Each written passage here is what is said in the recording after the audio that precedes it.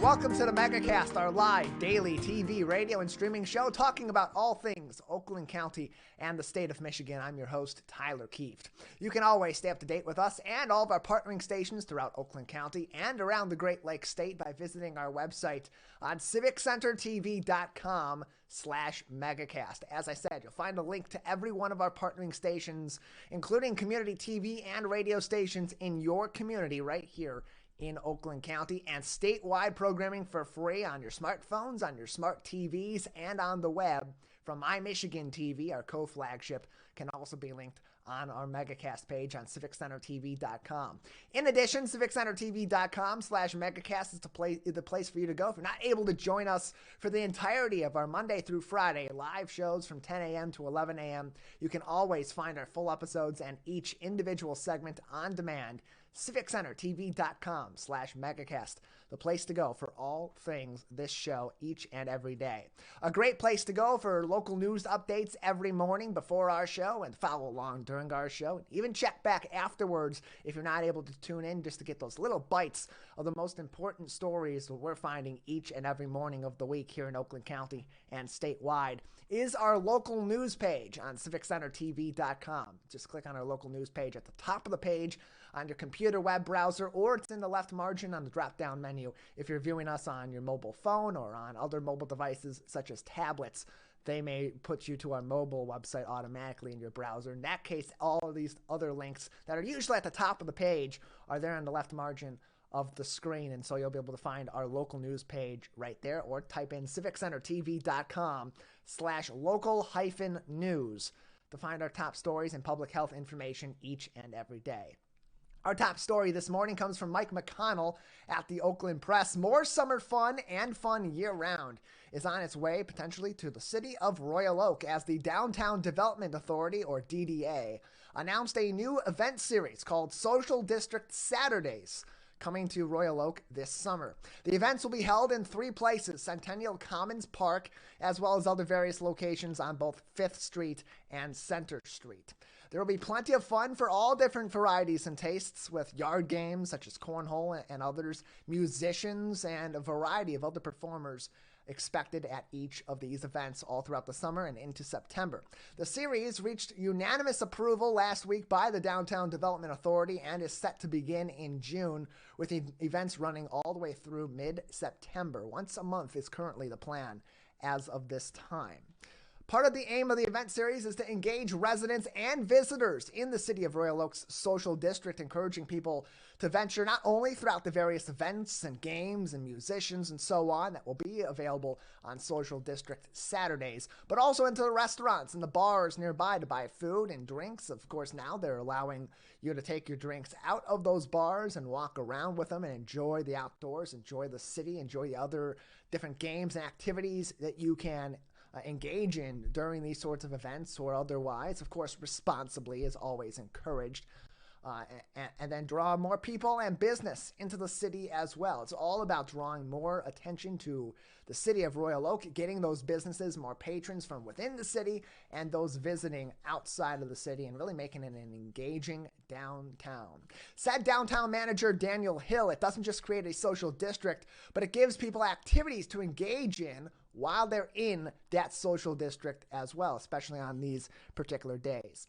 In addition, Hill addressed the safety concerns that always come along with these sorts of planned events or gathering spaces, discussing the need for road closures on these social district Saturdays and rerouting traffic. Of course, that's going to go through the Royal Oak Police Department, maybe with partnership from other nearby agencies such as the Oakland County Sheriff's Office or nearby departments.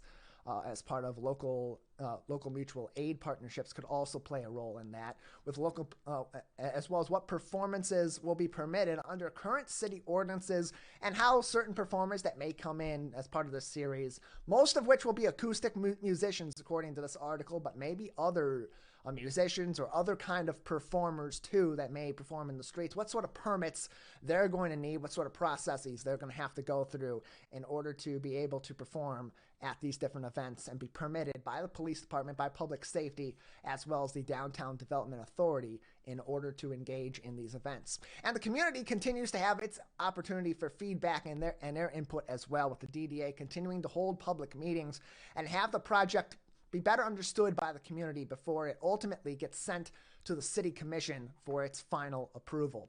Thus far, some of the community's suggestions for Social District Saturday are particularly on the design and special features front and have included seating, greenery, lighting, more bike parking, and possibly even a water feature somewhere within these social districts, these three areas that they may hold these events as another additional attraction to bring people in, especially during a hot summer. You get a little bit of that mist off of a water feature like that. Could be a nice little additional amenity to attract people in as they're hanging out in Royal Oak. The first planned Social District Saturday of the summer is scheduled tentatively at this point for June 10th. Again, it's tentative because it hasn't been approved yet by the City Commission. It hasn't gone through its final planning stages yet in the Downtown Development Authority, but that's of course oncoming as we're getting really close to that first scheduled date on June 10th. There will also be, as of now, there's tentatively scheduled one other edition of Social District Saturday in July, August, and in September, with the final one, if I'm recalling correctly, September 16th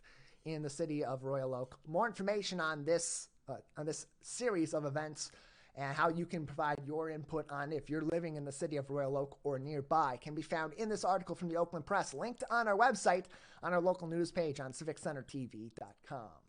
Also making headlines today on our local news page from MLive's Emily Bingham, Michigan camping season is underway. And with the season in full swing, enthusiasts have taken to social media to discuss their ideal timelines for getting into their beloved campsites all across the Great Lakes state. With it, a debate on how hard-timed those check-ins really are. Does 3 p.m. for check-in mean 3 p.m. sharp, or could you arrive a little bit early, get to your campsite a little bit early, and have a little bit extra time in those places you love so much in the great outdoors? Some say yes, while others argue you can get to your campsite even earlier than scheduled. Well, the Michigan Department of Natural Resources, or DNR, is not one of those who agrees with the flexibility, at least not anymore. The DNR is reminding campers this season that their 3 p.m. check-in times at state parks are in fact hard set times, and early arrival does not necessarily mean you are going to get into those campsites you've rented earlier than scheduled, per the DNR's rules and regulations linked in this article. Jason Fleming from the DNR said that they have allowed in the past early check-ins on occasion during what's mostly referred to as the shoulders of the season. So that's really in the early parts of the camping season, early spring, right around this kind of time, through the later parts of the fall, where we're in those peak seasons for camping in Michigan. There's end of the peak seasons, at the tail ends of those peak parts of the season, where there's not as many people that are out and about camping or looking to get into these campsites, so there's greater availability. There's less work that needs to be done across these state park campsites in order to make sure they're all ready and prepared and in peak condition for those that are arriving to get some peace and quiet in the great outdoors. However, over the time, the occasional exceptions grew into simply being the exception to the rule, said Fleming. So the DNR is cracking down, and by that I mean simply asking that campers arrive as scheduled and saying they're not going to be as lenient as they've been in the past about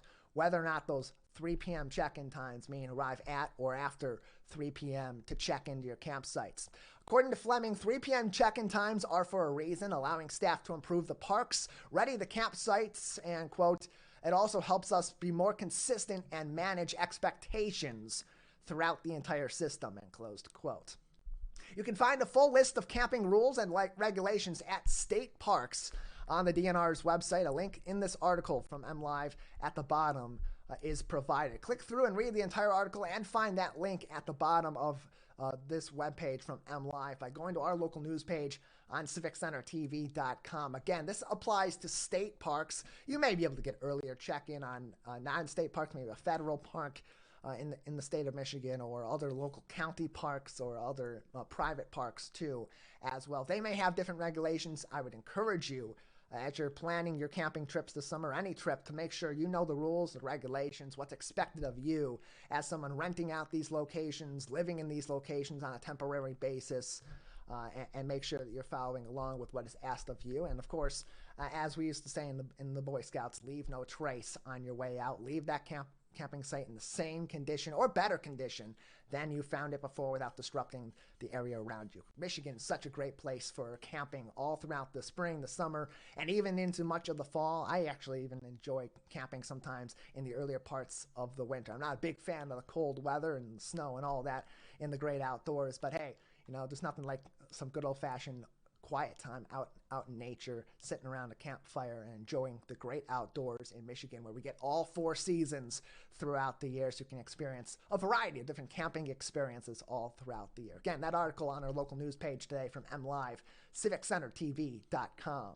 Additionally, making headlines from Matthew Farr at the Oakland Press, some not so good news for Oakland County's public schools, as metrics are showing that 27 of the county's 28 public school districts saw drops in enrollment between the 2019-2020 school year and this school year. Of course, 2019-2020 being that initial pandemic year where the pandemic was onset in that second semester or third trimester of the school year, depending on which district you're in. The only district in Oakland County during that time that didn't see enrollment fall was the Clarkston Public School District. All other 27 school districts in Oakland County saw their enrollment drop between that school year and this present school year.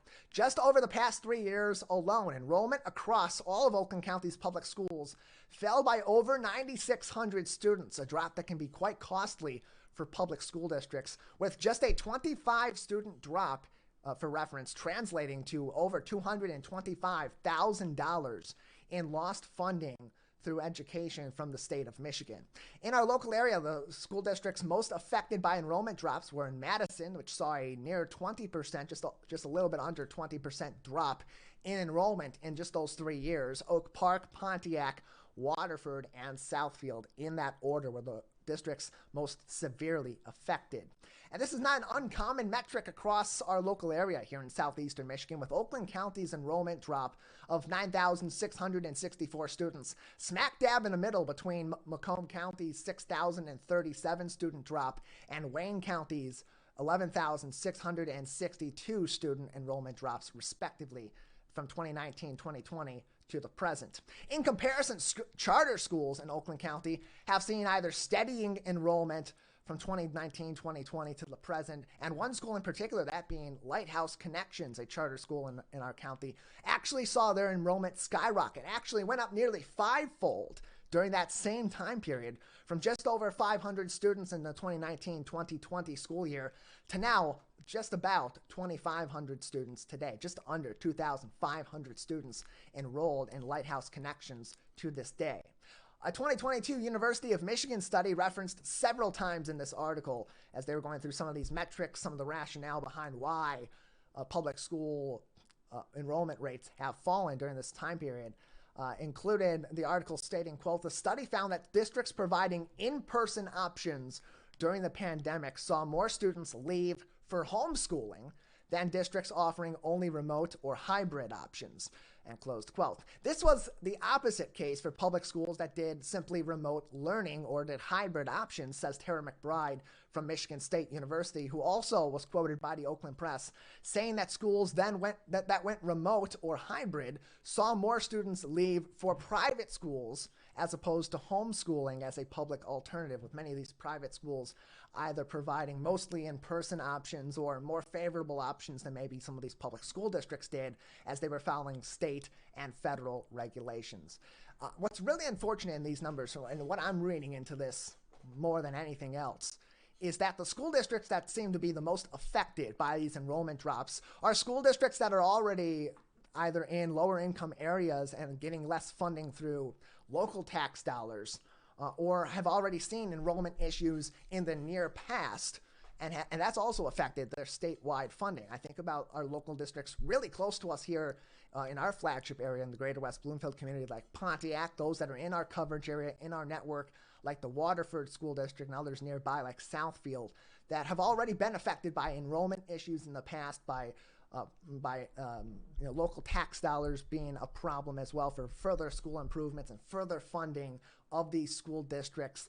That also plays a big role in this. And having an enrollment drop, in some cases like in Madison, where there was a nearly 20% drop in those enrollment numbers, that's going to have a massive effect on the funding for these school districts. Now these school boards and these administrators need to move more funds around to provide a high quality education that you would expect here in Oakland County at least nearby a same level, and on top of that try to bring more students back in to the school district that may have left for charter schools, may have left for private schools, or families that may be considering leaving the area altogether to get into other school districts that are better funded through school of choice. This is all affecting our local school districts, and what's unfortunate is the most affected seem to be those that are in some lower income areas already, are already affected by improper state and federal funding for education in lower income areas versus higher income areas.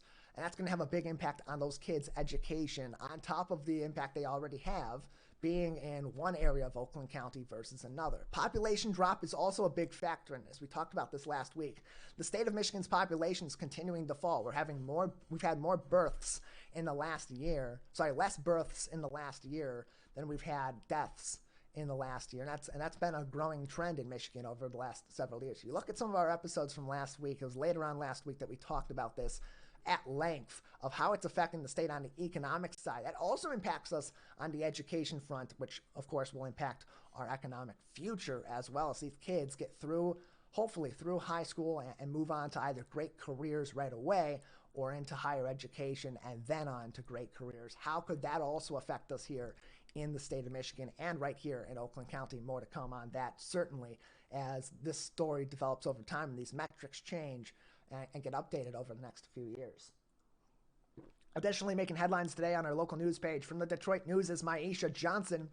How about some good news instead of all the bad so far? Organizations across Metro Detroit are set to get an influx of some much needed cash to help continue their massive impact on our local communities, doing so much good throughout southeastern Michigan. The Community Foundation for Southeast Michigan recently informed several local organizations about over $800,000 in funding coming their way as part of philanthropic grants from the Ralph C. Wilson Jr. Foundation. Grants that will see funding reach nearly 40 local nonprofits, charities, and other organizations across various sectors.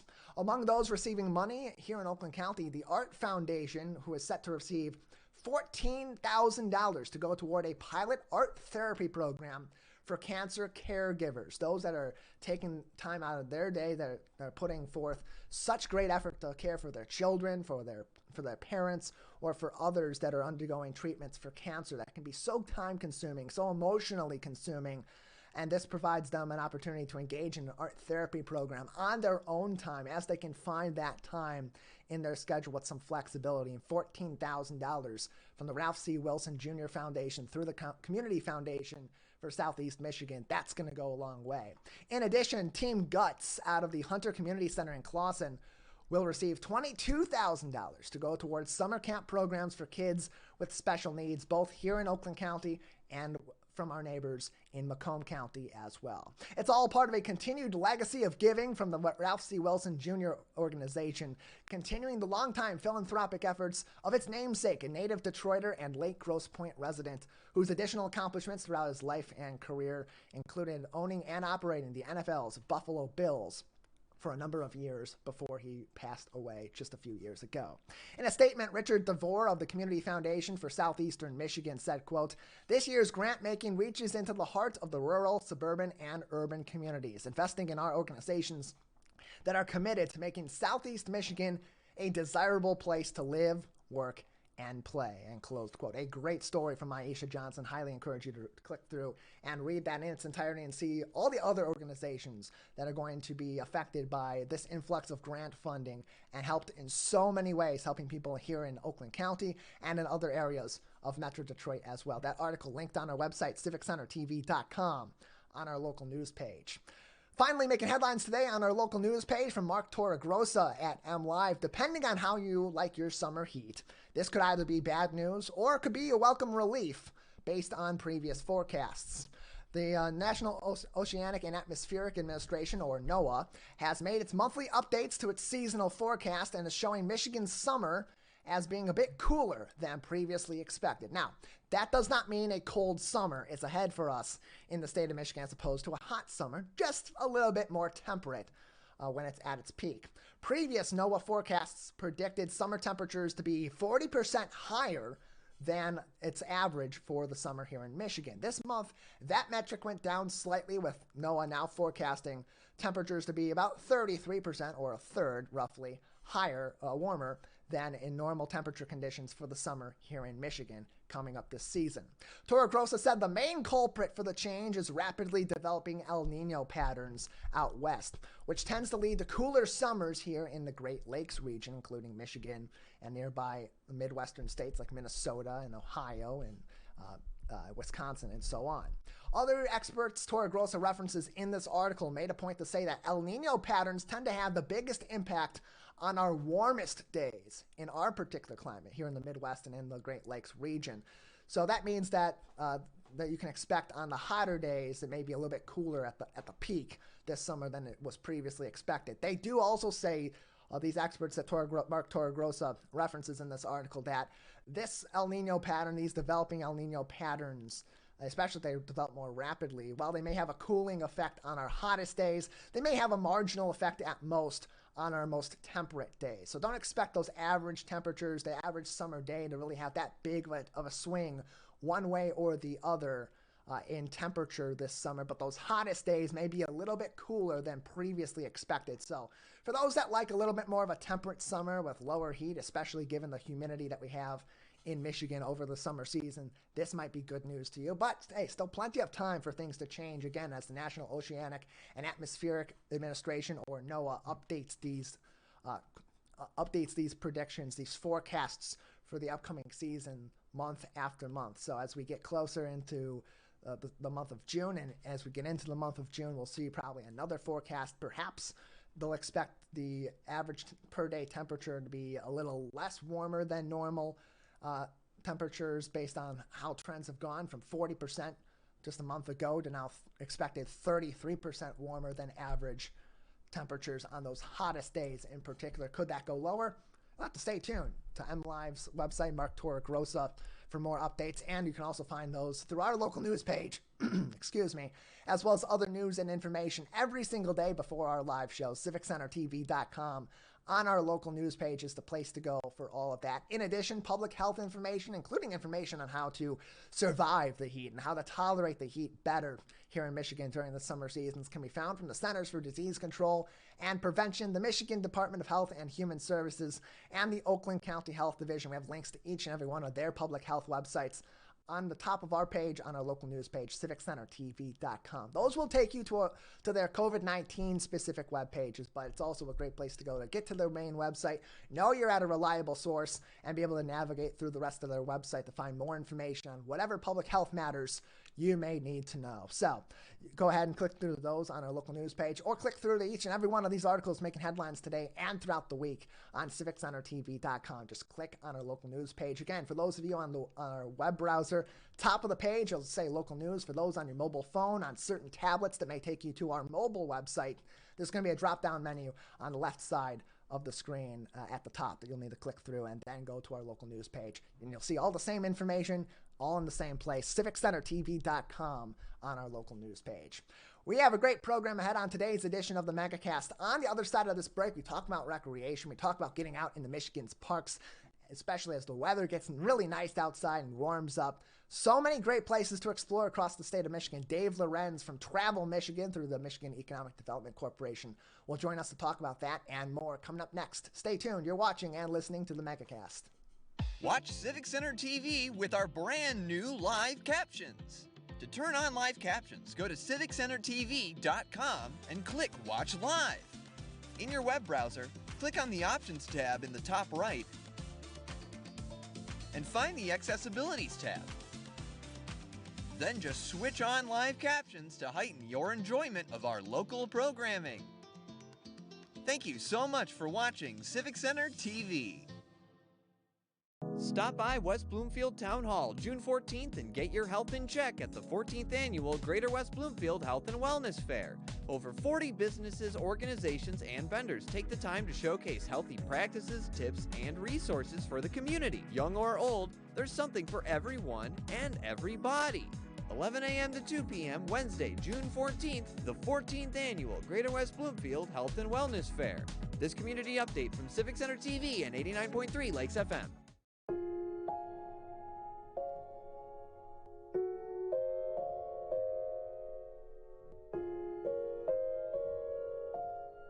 When you have a gambling problem, you have a money problem.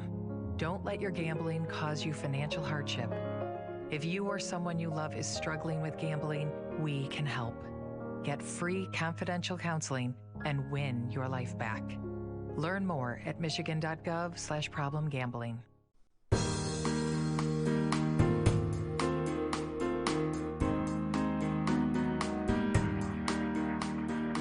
Welcome back to the Megacast, our live daily TV, radio, and streaming show talking about all things Oakland County and the state of Michigan. I'm your host, Tyler Kieft. You can keep up to date with us every day on civiccentertv.com/megacast, as well as all of our partnering stations in your local communities and throughout the state of Michigan, such as My Michigan TV, by clicking through each and every one of their links on our website on civiccentertv.com/megacast. It brings you more great original programming from your hometown and all across the state of Michigan in the 23 hours of the day that you're not with us here on the Megacast throughout the state, live and live to tape. You can find us live, of course, on Civic Center TV and on the Media Network of Waterford on 88.1 The Biff every morning throughout the work week, 10 a.m. to 11 a.m. and find us live to tape in Lake Orion and Orion Township on ONTV and in the Birmingham-Bloomfield area on Birmingham Area Municipal Access throughout the afternoons, evenings, and weekends, live to tape, as we call it in the business.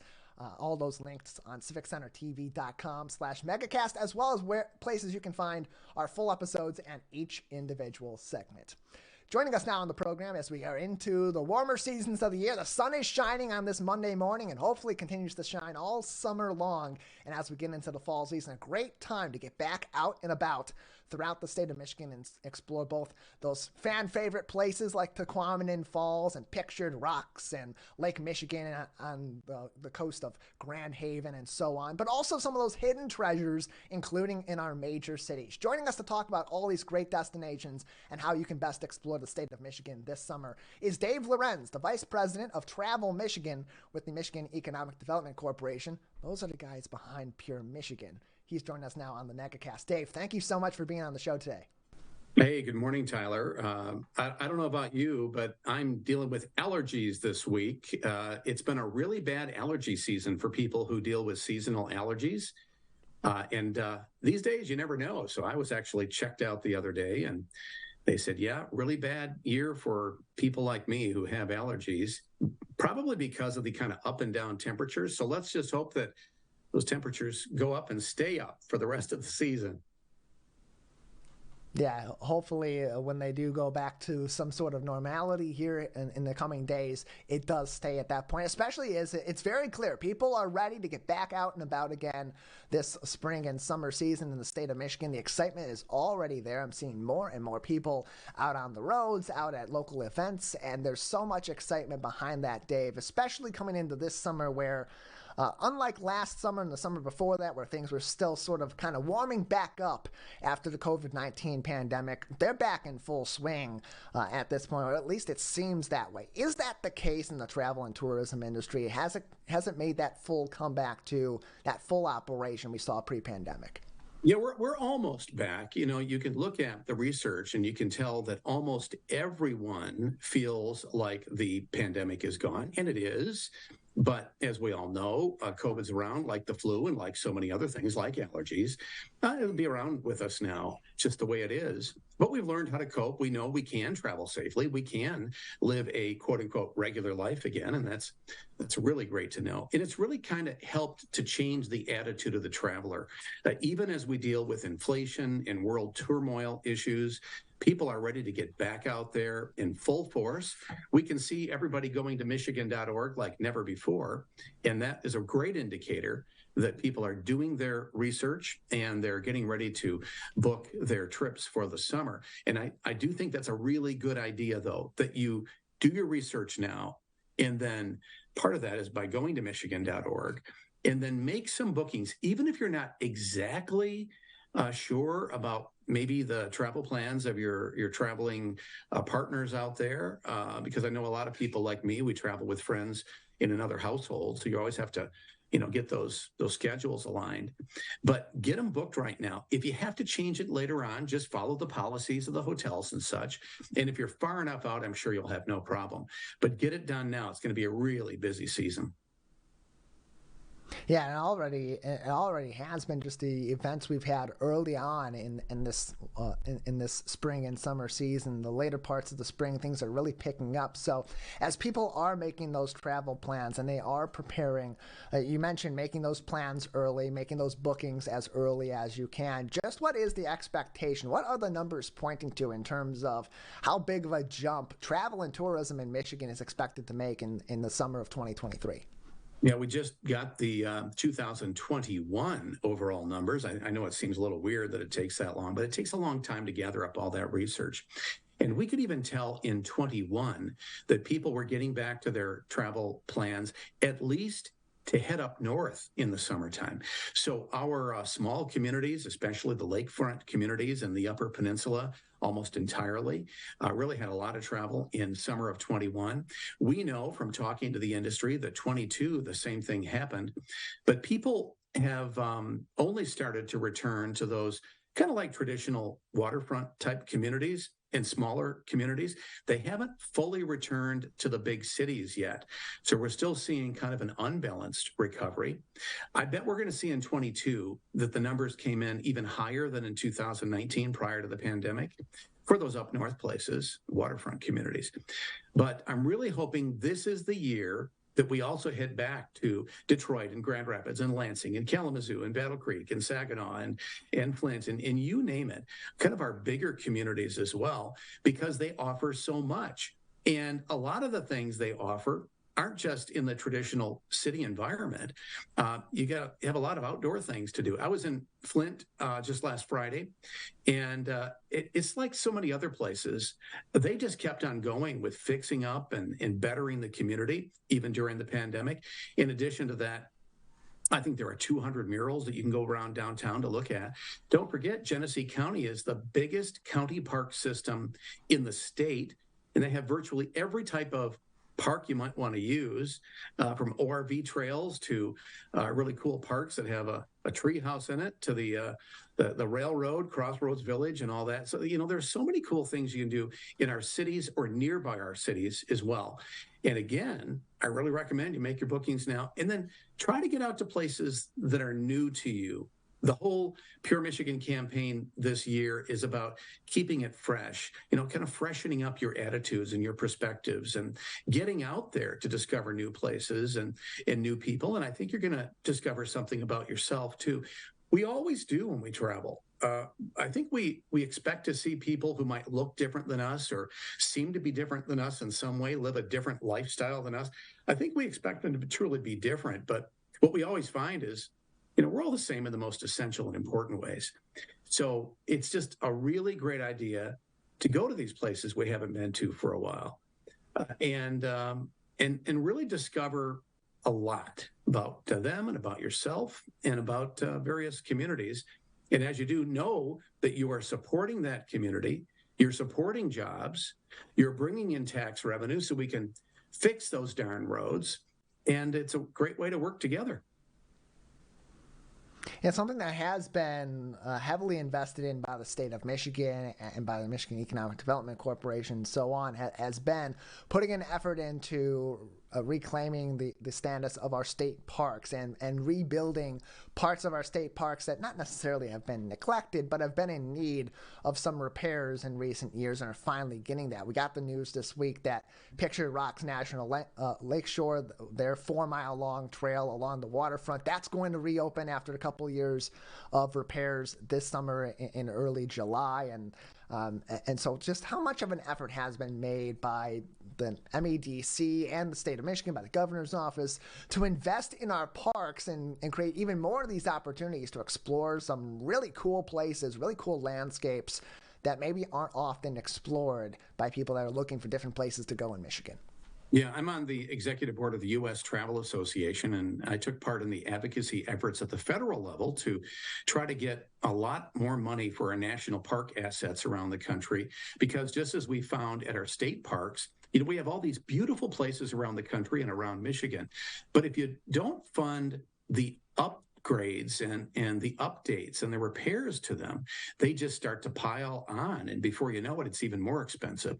So we were successful in getting more money for national parks. That's one of the reasons why you see that money being invested in great places like Pictured Rocks.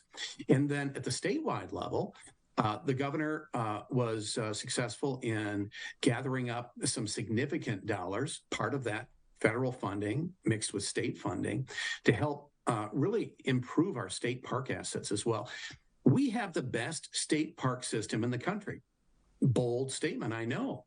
But it's true. And in fact, if you talk to other state park folks around the country, they all look to Michigan as the innovators in park services.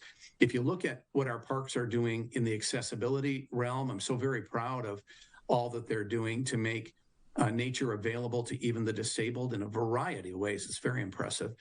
So I expect you're going to see a lot of that work this year, and we should all be proud of that. And just realize that we can help that work as well by purchasing our annual passport when we get our driver's license. Doesn't cost much. I mean, it's about $12, whatever it is. I mean, it's nothing. When you think about the many state park assets you can visit with that annual pass and the good that those dollars do to keep those state parks really great. Your trip begins at Michigan.org. Plenty of information on different places to explore all across the state of Michigan, whether you're looking for a variety of attractions or activities or big cities to find, or those iconic places in our parks all across the state of Michigan, north, south, east, and west. Michigan.org is the place to go for that. Another great place to go to learn about a lot of these places, including, as you mentioned earlier, Dave, some of those cities that maybe don't get as much appreciation from those looking to travel in Michigan or to Michigan, is My Michigan TV, where you and Tom Dalton from Under the Radar Michigan just went all across the state, so many different places for Pure Michigan, a return to summer, the road trip. Tell us about that program and how many different places that you went and all the different information you learned, those resources available for free about all these different great places to travel this summer. Yeah, we had a great week last week for National Travel and Tourism Week, and we decided that we really wanted to go around the state, get to as many places as we could to really emphasize the importance of travel and tourism, not only as an economic driver, but as a social integrator. Travel and tourism literally brings people together and figuratively as well. So we were we were at the Big House in Ann Arbor on Monday. On Tuesday, we were at the Kuwaitan Casino in Sault Ste. Marie. On Wednesday, a beautiful outdoor deck along the Pine River in Charlevoix. On Wednesday, we were downtown at their wonderful park right next to where they keep the farmers market in South Haven. And maybe that was Thursday. I've lost track. And then Friday, we were in Flint, downtown Flint. And it was a spectacular week. I want to thank Dave and Jared from My Michigan TV for all the engineering. You can tell the work they did there was pretty spectacular. And with these conversations, I know, are on your website on My Michigan TV. They're also on michigan.org/NTTW, National Travel and Tourism Week. What we found by doing these things during this week in previous years is that people may not look at the shows already that week, but they will look at them over the next few months. And like last year's, we only did one show from Mackinac Island last year, and I think it had, a couple 100,000 views just from Michigan.org. So, it's on YouTube. It's on a variety of channels out there, including the UTR website as well. So it's an amazing thing that people can find streaming program on channels like this now, and then keep on going back with those recordings and see why they should visit their communities. And man, there's a lot of really cool things happening out there that I wasn't even aware of. And if I'm not aware of it, there aren't many people who know all those things that are out there either. So I'm hoping people will go and look at those shows here on My Michigan TV or michigan.org/NTTW.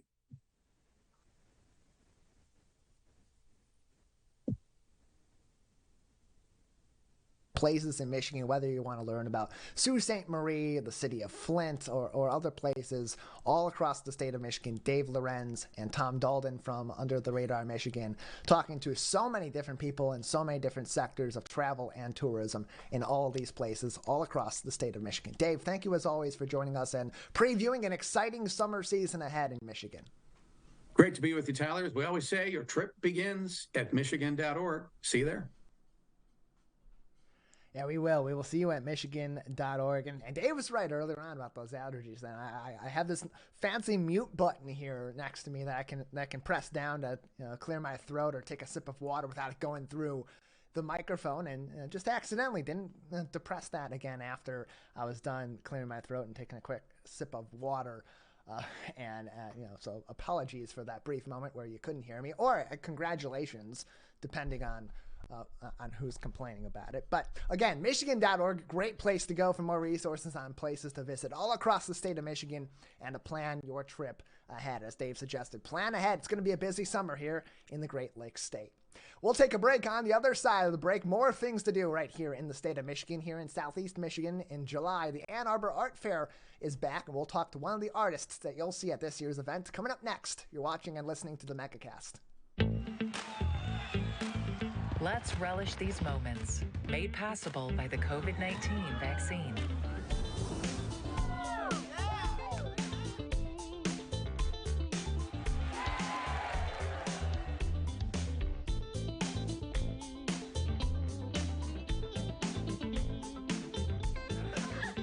Keep the festivals going by keeping yourself protected and your COVID-19 vaccines up to date. Can I ask you a question? Why do you want to get the COVID-19 vaccine? I don't like getting sick. The virus will die.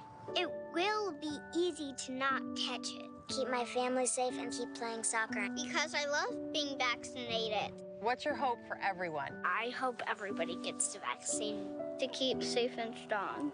Be happy, having fun everywhere. Everyone stay safe and hope you get the vaccine. There are many different kinds of noses.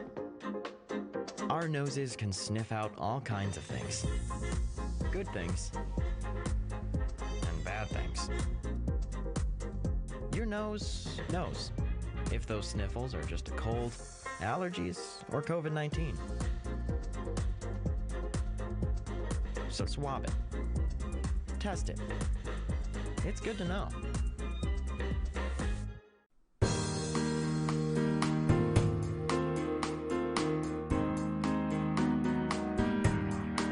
Welcome back to the Megacast, our live daily TV, radio, and streaming show talking about all things Oakland County and the state of Michigan. I'm your host, Tyler Kieft. You can always find us live from 10 a.m. to 11 a.m., as well as all of our partnering stations, links, and all of our shows and individual segments on demand on civiccentertv.com/Megacast.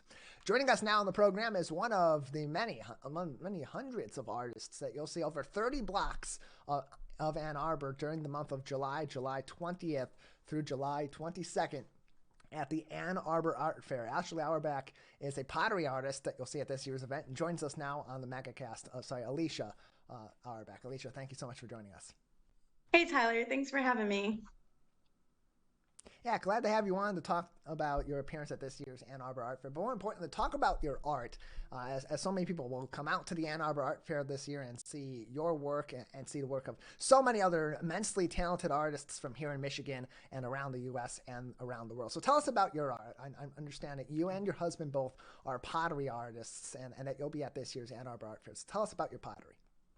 Yeah, we make functional ceramics, so bowls, cups, mugs, plates, jars, things like that. And we wheel throw and then we alter them by cutting away at the clay. So we have different wires and tools that we've made to kind of cut away at the clay and create different textures on the surface. And so, as I mentioned, you and your husband, you share a studio. Talk about that dynamic as you're both creating art and do this on a professional level and you also are going to these art shows in your home state and throughout the world. So we actually met in college in a fine arts program. We both got degrees in fine arts with a concentration in ceramics. So we were really used to working together already in studios and critique settings. And we also did an apprenticeship together. So just being in the studio with him is really great. I think we kind of feed off of each other and are able to help each other kind of troubleshoot through different scenarios. It's something that I noticed on your website, and you can kind of see from some of the works that are behind you there, Alysha, is that a lot of the pottery you're making is functional. You can use these different works not just as decorative means, but they're also functional, and you can use them each and every day. So how does that factor in too as you're designing these pieces and ultimately making them for sale? So I really enjoy cooking. Food has been a big part of my life. Culturally speaking, with my family, I have a grandmother who used to run a restaurant that had Mexican and Middle Eastern foods, kind of my two heritages. And when I'm making pots, I'm often thinking about how food is going to play in or how they're going to fit into a home, whether it be a vase or whether it be a tea set or something that's made for like a specific serving purpose. So I do enjoy the functionality aspect of it. And in terms of design, texture is something you also reference as being an important element of that. So why is that the case? Why is texture such a big part of how you design these different original pieces that you're making and that we'll see in Ann Arbor in July? Apart from just the aesthetic of it, it does add a tactility to the piece where it's fun to hold, it's fun to pick up and use, and you're kind of always discovering more things about each piece as you're using it. And seeing little details. My husband includes crushed granite in his work, and that just adds a really nice rocky surface. And so kind of as you're using it, you're always finding these little details, and the closer you look, just appreciating it a little bit more. And so let's go back to the beginning of your journey, Alysha, as you're getting into art and then ultimately to where you realize that you can make a career out of this and do something you love every single day. Where did that begin, and how did that develop over time? So as a kid, I always loved making whatever I could get my hands on, beads or fabric. I would just spend hours creating. But, when I signed up for my first college class, I wanted to take an art elective. My high school actually didn't have an art program. And I really wanted to get into a drawing class, but the drawing class was full and the ceramics class was the only one open. This is a little bit embarrassing, but I didn't even know what ceramics was. So I had to ask someone what ceramics was, and they explained it to me. It's pottery. You throw it on a wheel and, you can make pots, cups, bowls. And I was like, well, that sounds interesting. And so I went ahead and signed up for it. It was my only option. And I was just hooked immediately. And I had teachers that encouraged me along the way. I started spending all my time in the studio. And it's just been really great. Just had kind of one thing lead to another. It's been over 10 years now that me and my husband have been making pots. So it's been a fun journey. You can see some of Alysha and her husband's art by visiting their website at auerbachstudios.com, and also explore more of the artists at this year's Ann Arbor Art Fair by going to theannarborartfair.com as well. Joining us on today's edition of the Megacast is Alysha Auerbach, a pottery artist you'll see at this year's Ann Arbor Art Fair. Again, that is July 20th, 21st, and 22nd, Thursday and Friday, the 20th and the 21st, 10 a.m. to 9 p.m., and Saturday, the 22nd, the final day, is 10 a.m. until 8 p.m. 3 separate art fairs, all in one, on over 30 blocks of the city of Ann Arbor in the downtown area. theannarborartfair.com is the place to go for that. And so, Alysha, earlier on, you mentioned that your love of cooking and some of your heritage and your family, Mexican and Middle Eastern, has played a factor into the inspiration behind some of your pieces. But what also do you draw from as you're designing these pieces, that you're thinking about what you're going to make next, and then ultimately as you put those thoughts and those plans to work? I wouldn't say it's one specific thing, but we do take inspiration, or I take inspiration from all different things. I really enjoy textures, so I'll create like a handmade stamp or a different tool and just begin working with it, and that'll kind of lead to one thing will lead to another. And so as I'm working, I'll like one aspect of something and think, well, what if I just tweak that? And a lot of the tools that we make really will inspire me to kind of see like, what will this create if I use this tool in a specific way.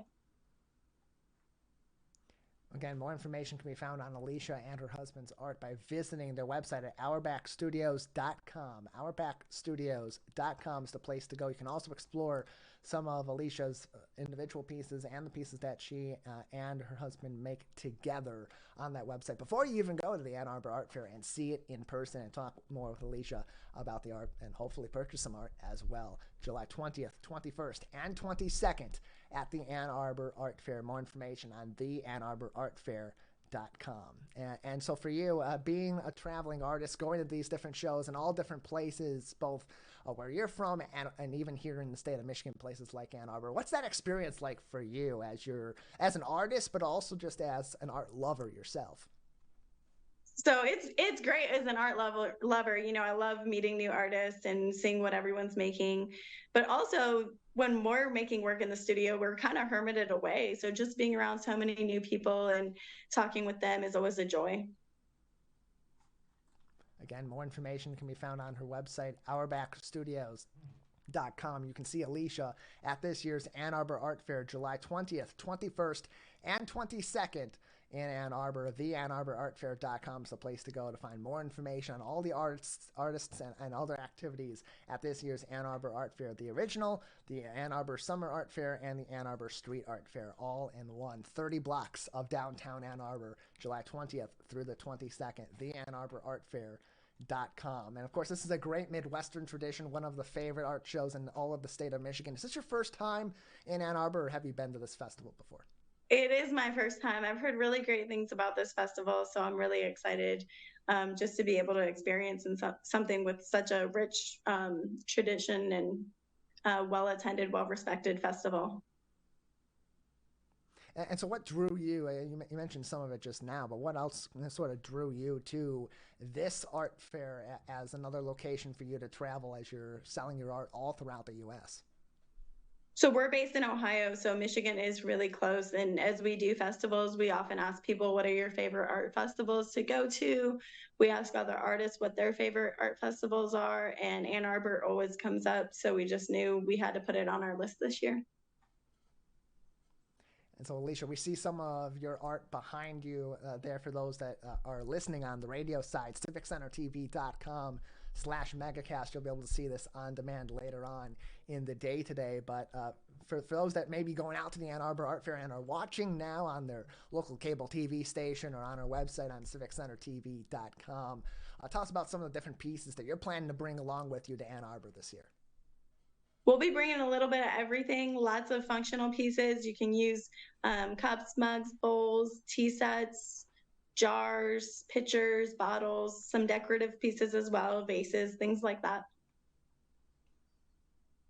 And you can see all of Alysha's art on her website at auerbachstudios.com. auerbachstudios.com. That's AUERBACH Studios.com for more information. You can also find more info on all the artists at this year's Ann Arbor Art Fair by going to theanarborartfair.com. Again, if you're watching, you're seeing on your screen right now some of these various pieces that Alysha has made, some of which are sold out, others that are still available. You can purchase on her website if you can't attend this year's Ann Arbor Art Fair, or come on down July 20th, 21st, and 22nd in the city of Ann Arbor. 30 blocks of their downtown with a variety of different artists from a variety of different disciplines. Over 1,000 artists, including Alysha Auerbach, who joins us on today's edition of the Megacast. Alysha, before we let you go, is there anything else that we haven't discussed yet about your art or about you joining us at this year's Ann Arbor Art Fair that you'd like to discuss today? Well, I would just love to meet you at the festival. Our booth number, we're going to be on Washington Street, and our booth number is 940. You can also find my husband and I on Instagram at Auerbach Studios. So would love to see you at the art festival this year. Thank you for having me. Yeah, glad to have you on as well. Thank you very much, Alysha. You can find all the information on all different locations that artists, including Alysha Auerbach, are going to be at this year's Ann Arbor Art Fair at theanarborartfair.com to check out Alysha's art and find a link to her Instagram page as well. That's auerbachstudios.com. And Instagram, her handle there is Auerbach Studios as well. That is going to do it for today's edition of the Megacast. As always, you can join us on demand and live to tape on our website on civiccentertv.com Megacast. That's also a great place to go to explore the original programming in the other 23 hours of the day, Monday through Friday, that you're not with us live or live to tape from our partnering stations all throughout Oakland County and around the state of Michigan. Each and every one of those are linked on our Megacast page on civiccentertv.com. That includes our co-flagship at My Michigan TV with original programming for free on your smartphones and your smart TVs all across the Great Lakes state. In addition, civiccentertv.com/megacast is the place to go to find our full shows and each individual segment on demand. So whether you tune in for part of our show and have to leave for a variety of different reasons, work, your kids, recreation, appointments, whatever it may be, you can always come back and join us for the rest of our show on demand anytime in high definition on civiccentertv.com/megacast.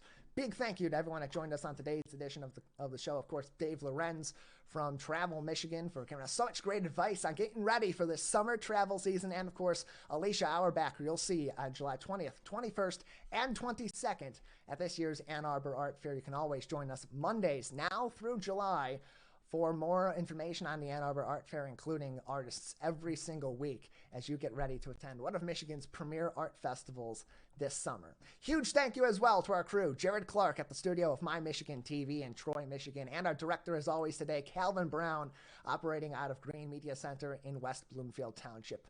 Until next time, I'm Tyler Kieft. Take care of each other, and we'll see you very soon.